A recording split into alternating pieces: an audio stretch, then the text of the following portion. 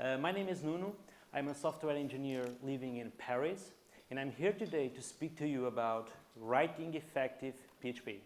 Before we dive into the topic, let me introduce you a little bit about myself. Surprisingly enough, I do open source for a living. Last year I made more than 3,000 open source contributions. Some of those contributions are for open source projects of mine. Let me show you a little bit about them. This one is called Collision, and what it does is actually allows you to debug more clearly errors in your console. If you have worked with Laravel before, you might have seen this before because it's included on Laravel core. Another project of mine, it's called Laravel Zero, and this one is a micro framework to do console applications. So you can quickly start CLI tools with this micro framework and still leverage all the power of Laravel, if you want to. Another one, it's called Larastan, and this one is a PHP stand wrapper for Laravel. What it does, it actually allows you to find very quickly bugs within your code through static analysis. And finally, probably the most known one, it's called PHP Insights. And to make it quickly, it's kind of a PHP CS with steroids and this beautiful interface. So it gives you this really nice overview about your app. I'm going to talk about this project later on in this talk. During the day, I do open source as well for a company called Algolia, which is a search as a service company that, I don't know if you have heard about it, but is a search as a service company that have clients such as Twitch, for example. Finally, if you have questions about my talk, don't hesitate to contact me on Twitter. I'm always there. So if you want to perform me some questions or just have a discussion with me, don't hesitate to use this Twitter handler and send me a direct message if you want to. Let's dive into the topic, writing effective PHP. Writing effective PHP is my opinionated way about defensive programming. I believe that nowadays, developers code assuming that others do not commit mistakes. And defensive programming is quite of the opposite of this. You code assuming that others may commit mistakes. So you protect your code against bad practices, but at the same time against bad usages. You assume the worst. When you enter in this mood of defensive programming, you assume that every single line of code can be a liability. If you want to make me an analogy here, it's just like driving. When you drive, especially with your family, you drive very safe. You drive careful. Before you actually advance, you look at the left, you look at the right, and then you advance. So defensive programming is just like driving, but for programming. Now, today, I'm about to give you a set of practices that if you follow them, they will get you in the habit of writing robust, testable, safe, and maintainable code.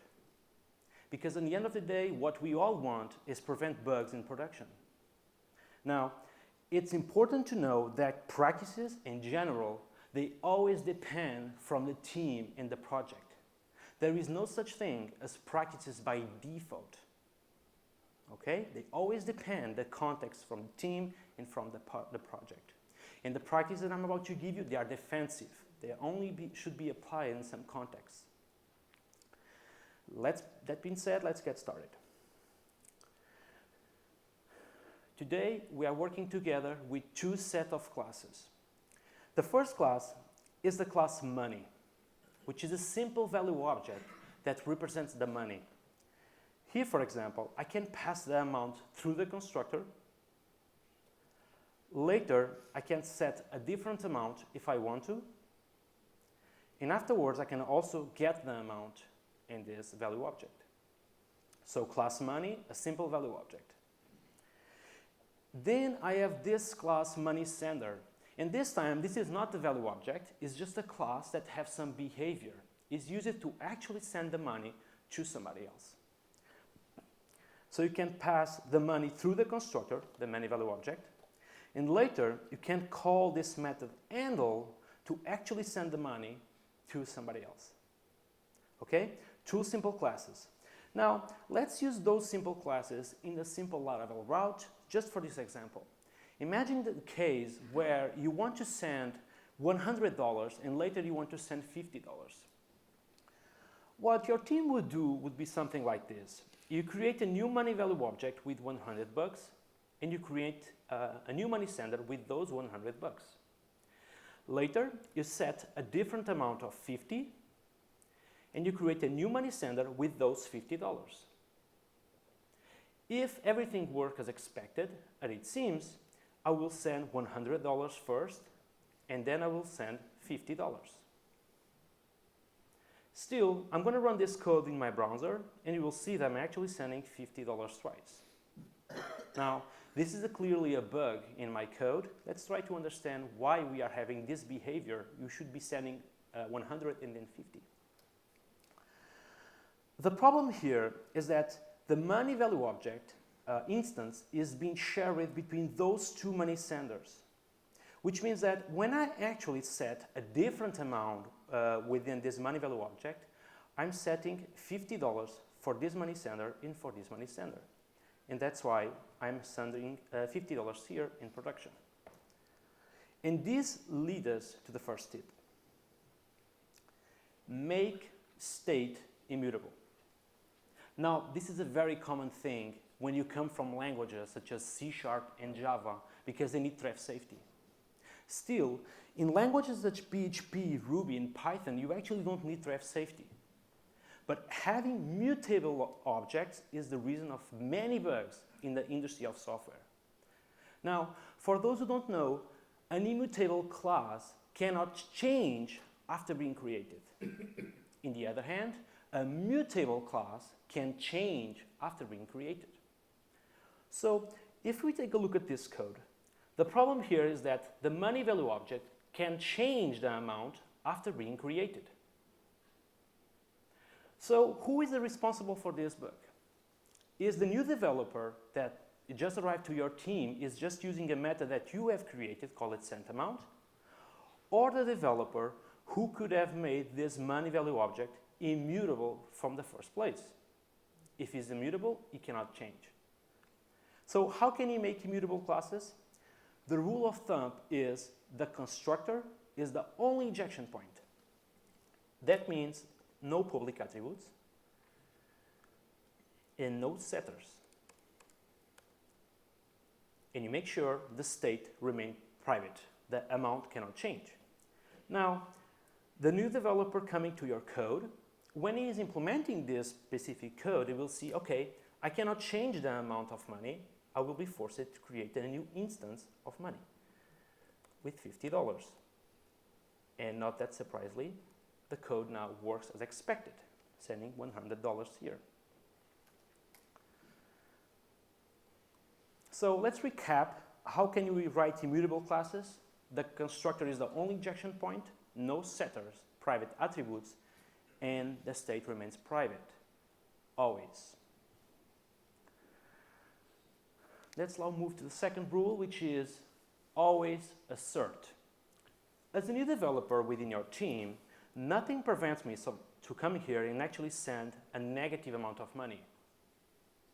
And when I do this, I wrote the code in production and I'm actually sending a negative amount of money, which is a violation against the domain of this application. I shouldn't be able to do this. And when you look at this code, the same question comes over again. Who is the responsible of this bug? Is the new developer within your team who is able to pass a negative amount here, or the developer who have coded the money value object, who could have validated that the state is always valid, who could have validated that the amount is always valid. So if the amount is always valid, this kind of bugs will never happen in production. So what you can do is simply enough as following one rule of defensive programming, which is always validate arguments and input. So here you can say, if the amount is negative, I'm going to actually throw a new invalid argument exception, saying that the amount must be positive. Now, of course, you might want to create your own exceptions to this, your exceptions from your domain. But here, for the sake of making simple, I'm going to use a generic PHP exception. Now, when you do these kind of things, the developer who is interacting with your code will see immediately this message. Oh, I cannot actually use a negative amount. I must pass a positive amount. And it will be forced to use the code correctly. So here, I'm forced to pass a positive amount to make it work. Okay? And we could avoid this from happening, validating input, always asserting. So when you should do it? When you should validate the input? Well, I would say always validate the input in all the classes of your project. And if you think it's too much code, build your own helpers to avoid some code duplication. But you make sure the state is always valid. Or, if you are like me, consider the package verbally assert, which allows you to do stuff like this. If you want to create something and you want to make sure the name is not empty, you perform assertion not empty, with a name inside of it. Or, since PHP is not strongly typed, you can actually assert that objects are always from the instance of user, for example. It's quite useful, this package, called a verbally assert. I'm going to share the slides anyway, and you are going to be able to find it. Another rule for today is, if you have a public API, make sure you have a clear contract. Now, this is not the public API from your REST HTTP service, it's the public API from the code you design, the code you write. Because looking at this code, imagine that you are shipping this library for the open source in GitHub to make everyone else use it. Looking at this code, what exactly is amount? It can be an integer, it can be a float, it can be an object. We have no idea. Sometimes we hear people saying, code should speak for itself. Looking at this, I have no idea what amount is. It can be a class, I have no idea. And same goes not only for signatures, but also for the behavior. What exactly this method handle is doing. I mean, I should be able to understand what the method handle is doing without looking for the implementation details. Okay? And this is especially useful when you do open source. You must have a clear contract so people are understand exactly how to interact with your code and with your objects. So how can you have a clear contract? Is as simple as having PHP docs. So here, for example, you write, this is a value object that represents the money. When you do this, people know exactly that this class is a class that just carries the information about the money, doesn't have any behavior with it, just a simple value object. And for this constructor, you say, create a new instance of money. And you say the amount must be an integer.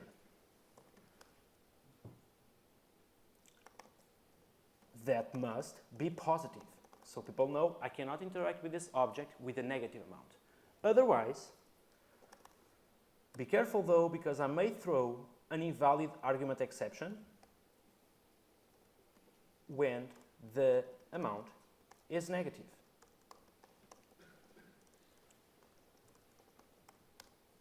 This public contract is very, very clear. People know exactly how to interact with this object, and they know exactly what can happen when they pass invalid input.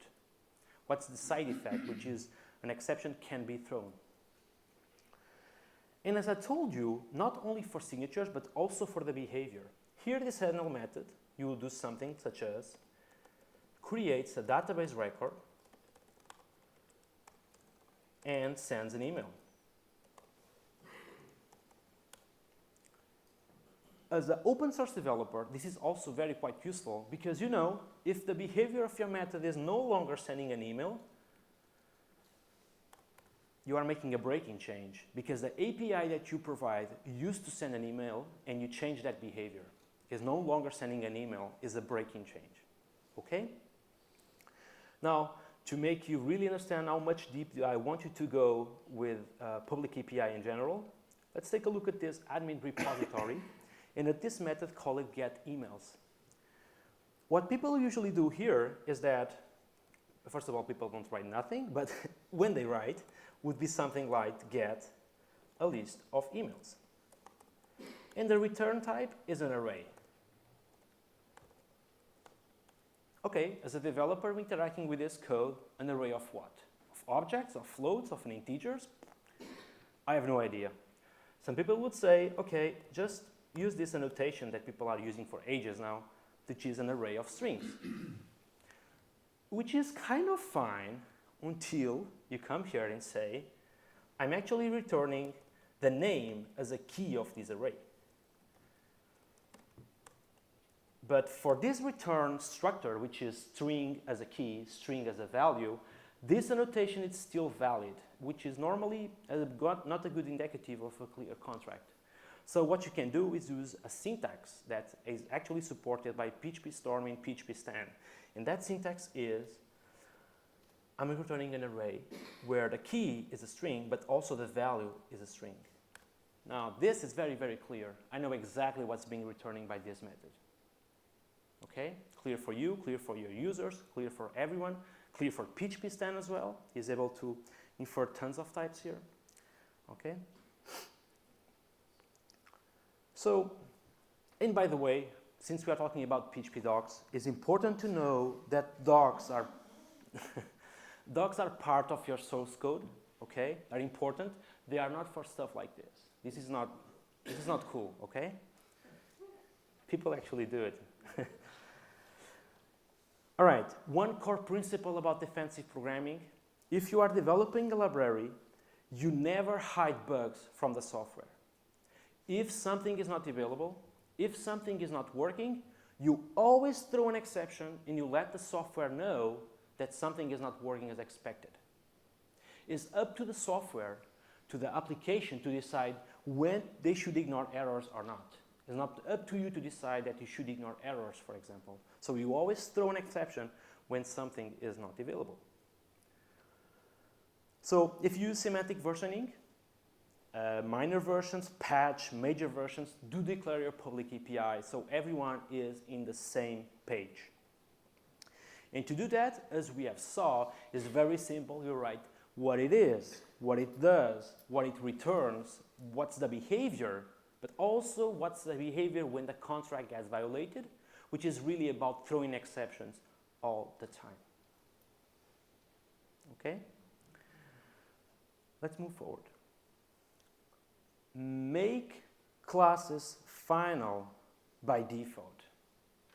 Now, from the community that I come, which is Laravel, this is a high discussed topic. I would say every day, even if it sounds very normal.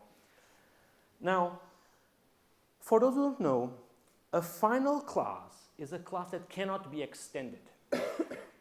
If you create a class user, which is final, you can no longer extend from that class, so you forbid inheritance. Now, I do see the use case for this type of approaches in two different contexts. The first context is in the context of open source. You might want to hide the internals of your library so you can refactor later, forbidden inheritance. When you make a class final, people can no longer play with internals of your class because you forbid inheritance. Now, this is for open source, and I think it's quite obvious. Now, on the context of your web application, I also see a use case for it, and I'm going to make an example for you today. An open question to the audience: is this software well designed? No. Right? I think everyone here agrees that this software is not well designed. It clearly violates object-oriented programming.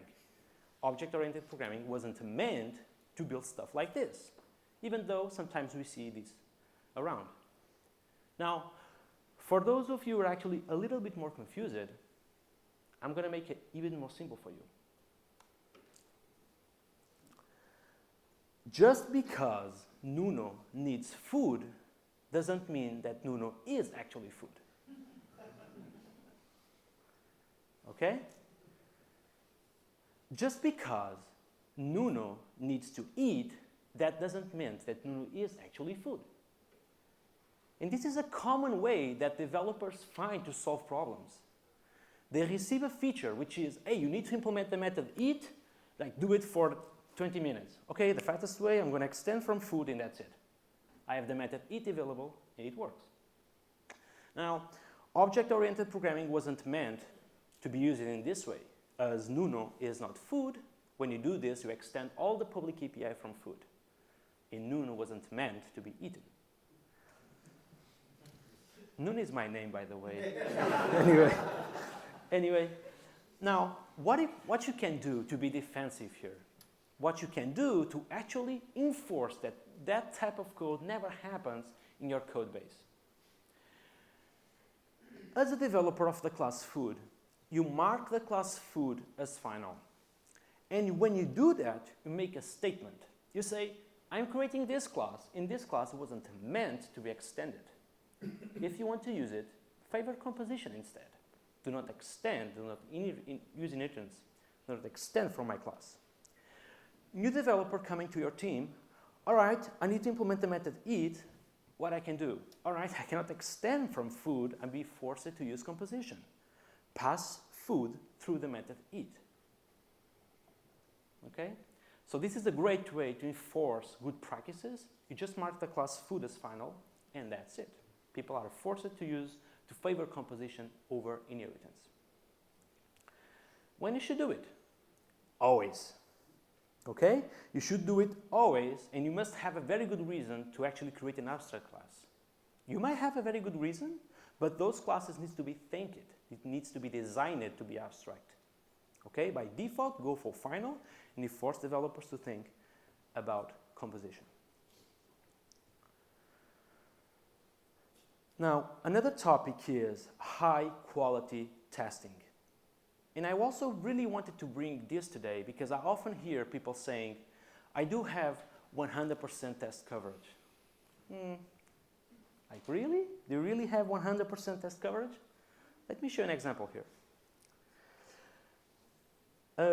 Coming to this code handle, I'm going to actually uncomment this small example I prepared for you to make you understand that 100% test coverage doesn't really mean what it means. Okay. Looking at this code, at this method handle, imagine that you want to add 100% test coverage to this method handle here. How many tests do you think you need to have 100% test coverage in this method? 2? Okay. You are right. So the reason is because you have 2 possible outcomes from this method. So you have one outcome which is when something is not available here. So you need to test this specific scenario. But you have also another outcome which is when the money is actually sent. So indeed, 2 tests to have 100% test coverage. Now, this is obviously returning a void. But now let's put the scenario that a new feature comes up, which is you should return a boolean instead of actually returning a void. The problem here is that with 2 tests, you still have 100% test coverage. Because in PHP, test coverage is really about statement coverage. But here you actually have 3 possible outcomes. Now, just having this return here and in changing the void by a boolean, you now have 3 possible outcomes. And that means 3 tests. So one test for an exception got thrown, another exception when you get false out of it, and another exception when you get a true out of it. Even though with 2 tests, you get 100% test coverage. So this result can be not that correct depending on your code actually. So let me just revert this here. Is in this specific moment that you know that returning a boolean is different from returning a void. Is in this specific moment that you will be imploring for having less features. You know, more features leads to more tests. Returning a void is different from returning a boolean. More features leads always to more tests. So you might want to reduce your code to the variable minimum in order to write less tests and to have very good coverage as well. Now, on top of this high quality test suite, something really important as well is having static analysis. Now, static analysis is kind of emerging now within the PHP language. Still, it's something that has been around for ages and ages. We call it the compiler, right? In languages such as Java, C#, we have something we call the compiler, and it's just something that, among other things, will check if your code has bugs. Okay? In languages such as Ruby, PHP, Python, we don't have this compiler phase. Still, we can leverage this tool to find bugs using static analysis. In PHP, we have some tools for static analysis. Today, I would like to show you PHP Stand and PHP Insights. Now, PHP Stand, I think PHP Stand is a little bit more known, I think. Who knows PHP Stand? Okay, a couple of hands. For those who never saw PHP Stand, you better get ready. So I'm going to head to this terminal here, and I'm going to run PHP Stand. So PHP Stand is a console tool that you can use during your development, but you can also cable it into your CI to make sure that no bugs ship to production. Now, when I run PHP Stand through my terminal, it's clearly saying to me, you have no errors in your code. Now, let's introduce an error here. Let's come back here. Remember that this must be an integer. I'm going to now pass a string. Now, this is a bug, right? I don't even know what will happen. Still, without running, look at what's happening with PHP Stand. It's telling me, hey, the parameter 1 of the class money constructor expects an integer, and you are passing me a string. Within milliseconds, a tool like PHP Stand was able to tell you that you have a bug in your code and you need to fix it before deploying your project to production. Now, another example here.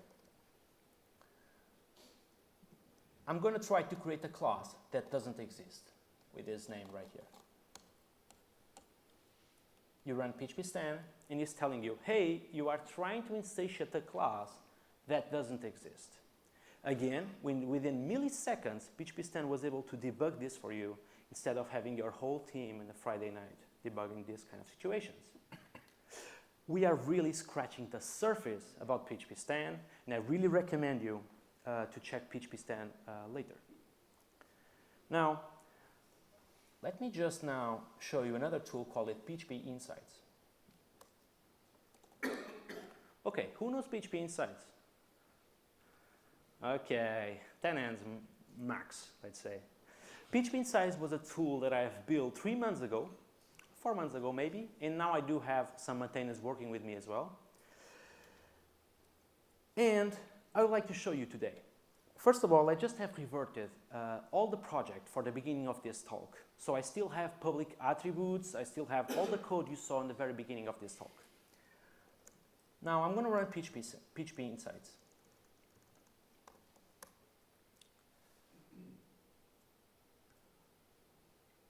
Once you run PHP Insights through the terminal, you immediately, after installing, get this really nice overview about your project. As I told you, it's a little bit like PHP CS with steroids and this really nice UI. I actually work with the designer who made this for me, for the console, which is very geek, I think. Anyway, the first 4 squares that you saw there is like the very first metrics that you get with PHP Insights. The first one is the code quality. The second one is the complexity. Then you have architecture, and then you have styling. Code quality is really about code quality in general. Complexity is how much complex is your app. Architecture is about how your code is structured. And styling is always idiomatic per framework.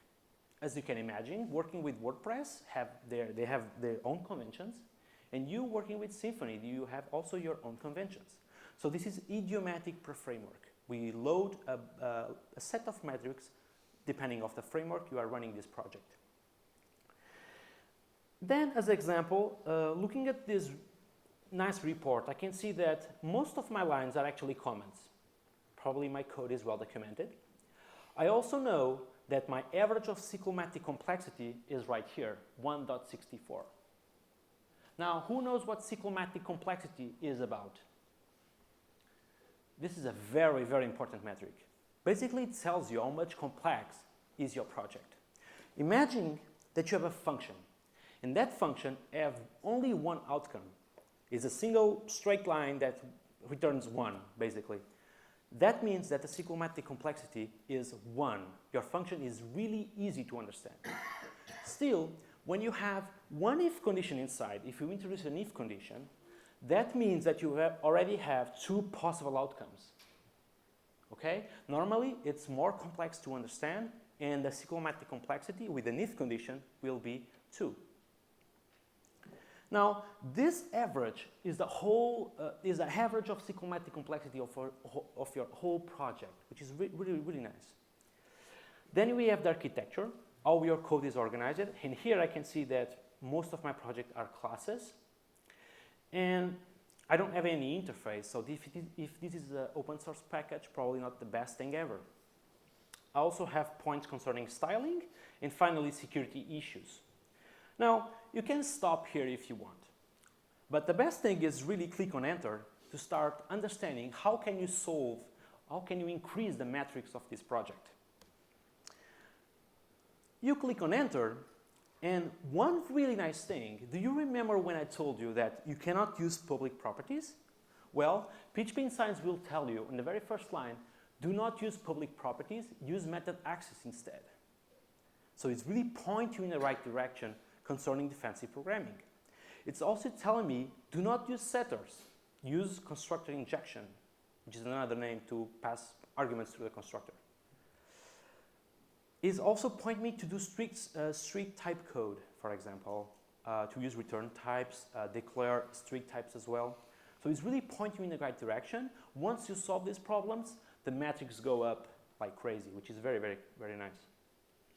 So once you figure it out, all the problems concerning the code quality, you can click on enter and start understanding the complexity, where the complexity is huge. So here it's telling me I do have a file which is web.php, which have 8 of cyclomatic complexity, and I should work on that in order to make it more simple. I click on enter and I see architectural issues, and this is really about, for example, this class should be final and not a normal class. Here I have a function which is too long. It's 35 lines, so you might want to refactor this. And I have a class with too many methods. I should refactor this as well to increase the quality of my project. And finally, you click on enter and you see styling issues. And this is, as usual, the space that you have that you shouldn't, a line that is too huge. So really normal stuff about PHPCS, for example. Finally, you click on enter, and you can see, for example, that PHP Insights tells me that I'm using a version of Symfony HTTP Foundation that have a security concern, and I should update it. Okay? All right, we just saw a high overview about what PHP Insights can offer you. This project still can be improved, so don't hesitate. Just search for PHP Insights on Google, is the first link on the page. If you want to improve the code quality of your project, start using it today. Now, let's recap this chapter of high quality testing. We have talked about having 100% of real test coverage, not the other one. You can do that with PHP Unit. And of course, use and abuse of static analysis. PHP Stand and PHP Insights are a few of them, but use and abuse of static analysis. I mean, I'm serious when I say every single second that you ignore static analysis in modern PHP, you are losing money. Okay? So please start using those kind of tools today. Now, if you like this kind of practices, keep in mind that you should only consider them.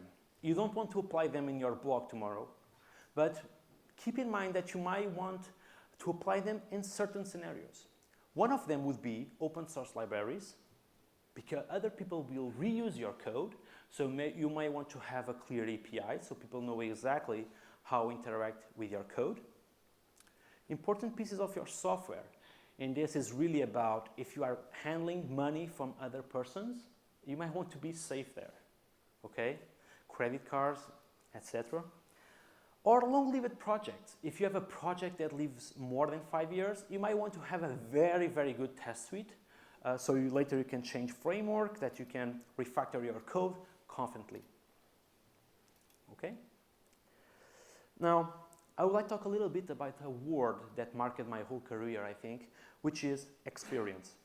We often hear that experience is really about how old are you and how many years have you worked with this type of framework. I don't think experience is about that. In my opinion, experience is really about being able to choose the right tools and practices for a project. It's never about the preference. I shouldn't do Laravel just because I love it. I should actually choose a framework depending on the context. And not only the framework, all your tooling in this set of practices, which is our defensive, everything is up to a context. Okay, and this is what experience is about. Now, if you liked my talk, I'm developing a video course called Writing Effective PHP. It's really about all the practices that you have saw here that can teach you how to write robust, safe, and maintainable code. And at the end, this course is about start taking PHP seriously. Okay? Thank you so much.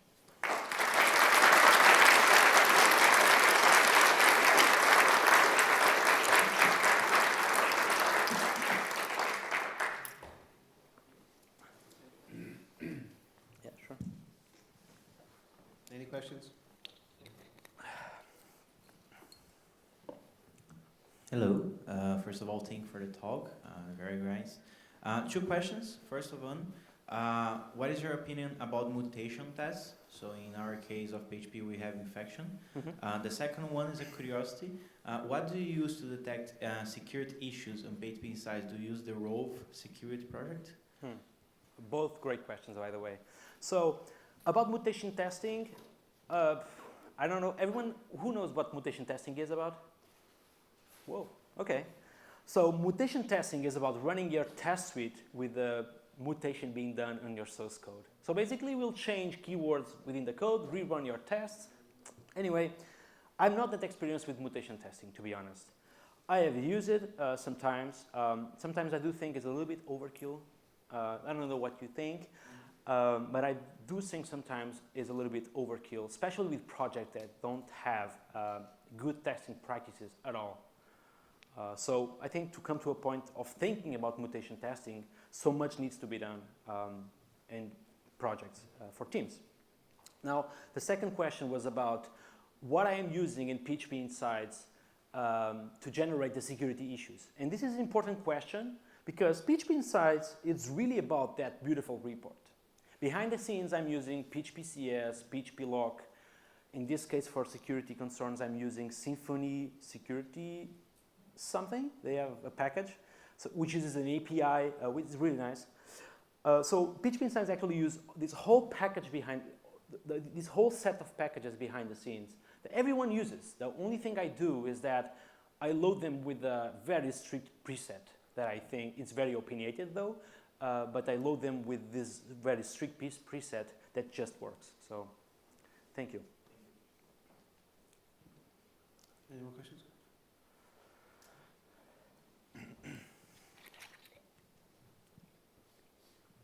I see you're wearing a Laravel t-shirt, so this question is specific to Laravel. In Laravel, you have things like mailables and notifications and broadcasts, which leverage the public properties of a class to kind of make it available in other places. Is that something that you would discourage using, and to use the with, for instance, to send those bits about? I think when you choose a framework, there is pros and cons. But eventually, I think if you use Laravel, just embrace the framework. So eventually, if Laravel have public properties, just embrace it. And even though it might be a risk concerning defensive concerns, I think at the end of the day, they provide so much value in convenience because it's code that you don't write yourself. So I think that when you choose your framework, you must be aware that that framework actually has its own conventions, and eventually, if you're okay with them, just embrace the framework as a whole. Eloquent, mailable public properties, and everything else. Any more questions? Oh.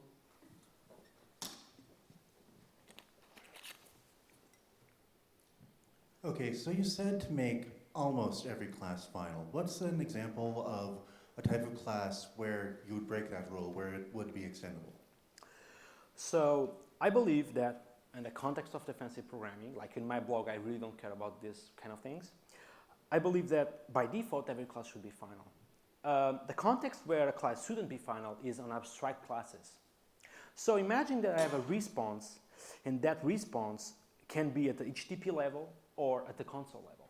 If I do share common things between those two responses, I would make a class abstract. The thing about this is that at least when you make everything final, you take this consideration when you are designing stuff. Sometimes what happens is that people, since that consideration wasn't never made, developers who don't know, who didn't design that code, start using inheritance. So I believe that the use case for not using final classes would be an abstract class, creating an abstract class from the very beginning, design it to be abstract. So that response could be a use case. Thank you. Any more questions? No? All right, well, Thank you. thank you very much. Thank you so much.